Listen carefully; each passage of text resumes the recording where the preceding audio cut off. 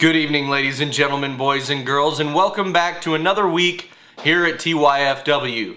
You just got done watching a clip for the latest Planet of the Apes film, Rise of the Planet of the Apes.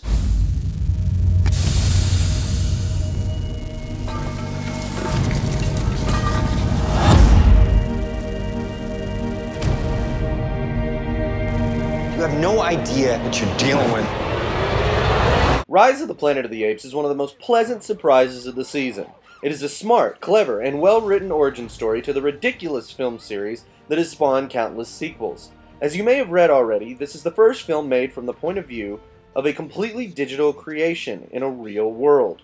We follow the ape Caesar from birth to the time that he will inevitably lead an intelligent group of apes to sanctuary. Caesar is created by a drug called ALZ-112, which was invented by his human caretaker, Will. Will is a scientist, played by James Franco, who is trying to figure out a cure for his father, Charles, played by John Lithgow, who has Alzheimer's disease. The drug works temporarily in humans, but what it does for apes will change our world forever. The reason this film works so well is because of the way that it puts story above all else. The special effects here are miraculous, but they are used in service of a purpose. The film does lead to a thrilling and action-packed third act, but the reason the action-packed finale works so well is because of the bang-up job they do making us care. If I have any complaint with this film, it's that I would have liked just a couple more scenes between the human characters for a little more emotional impact in certain scenes. But this is no big deal. We can't always get everything we want. 3.5 stars for Rise of the Planet of the Apes. You know, I was just saying that I envy your life, Mitch. I envy yours. I wish I had your life. Now, it may just be because I went into this film with next to no good expectations whatsoever, but I enjoyed the change-up. It's hilarious, well acted, and despite all the bare breasts in this film, the women are written with quite a bit of respect.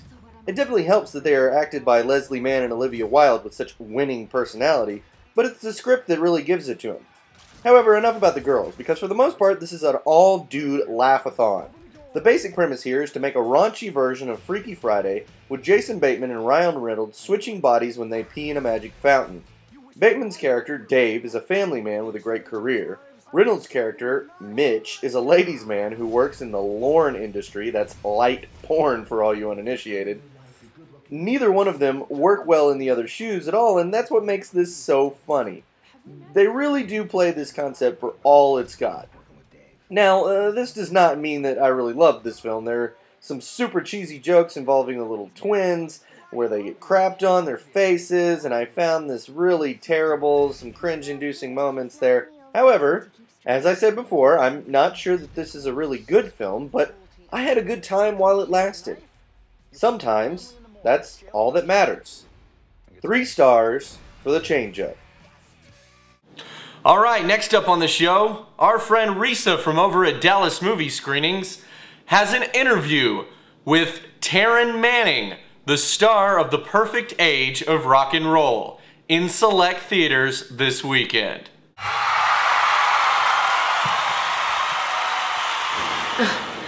This could be my last interview. Yeah, okay, I'm just playing, totally playing.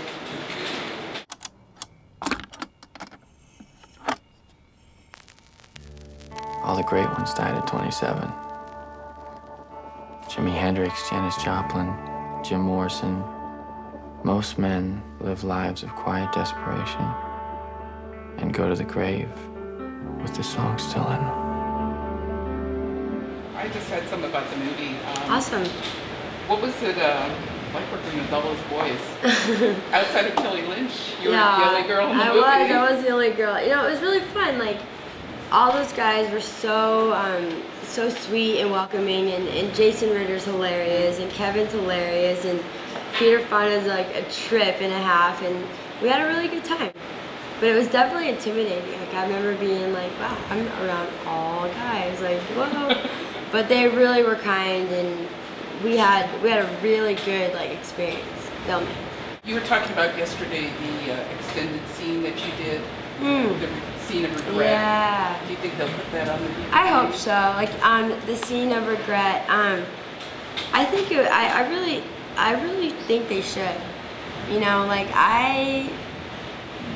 I went somewhere. Like, I was trying to tell everybody without being too dramatic. Like, I really was, like, transcended to a place of, like, I think maybe regrets that I've had and poor choices that I've made. I really took that moment to just, like, get it out and channel that through that scene with Rose. And yeah, I told you that, like, the director said if he could, he would have cut a short to it. And I'd love to see it, you know, I'd love to see, like, where it all... In its entirety? Yeah, Yeah. yeah. I mean, you know, it was a lot, so, like, even just cut down, but still, you know, really see, like, what I was trying to achieve, and that was basically, like, it was very important to me that that you could see the redeeming qualities in Rose, you know, right. that she wasn't just, you know, some road manager that, you know, didn't have, like, good intentions. Like, she just was human, and she made mistakes. And when I did that scene, like, I just really, you know, I was just, like, living that. Like, I've made mistakes. We all have. So I really was able to, like, harness that moment and just, like, go there. All right, we thank you very much for appearing on the show this week, Taryn, and sadly, I am going to have to tear your film apart. I hated this movie, The Perfect Age of Rock and Roll. I thought that it looked terrible. I thought that it was pathetically written, and it was honestly, at a lot of times, difficult to watch. It was cringe-inducing and made me laugh at points where I don't believe that I should have been laughing. So, 1.5 stars for The Perfect Age of Rock and Roll. Alright, that's going to do it for our show this week. Be sure to tune in next week where we'll have brand new reviews of The Help, starring Emma Stone and Viola Davis. 30 Minutes or Less, starring Jesse Eisenberg and Danny McBride. And Final Destination 5, starring a bunch of dead people. Want more movies, reviews, and videos? Visit our website online at www.thankufw.com. And as always, we thank you for watching.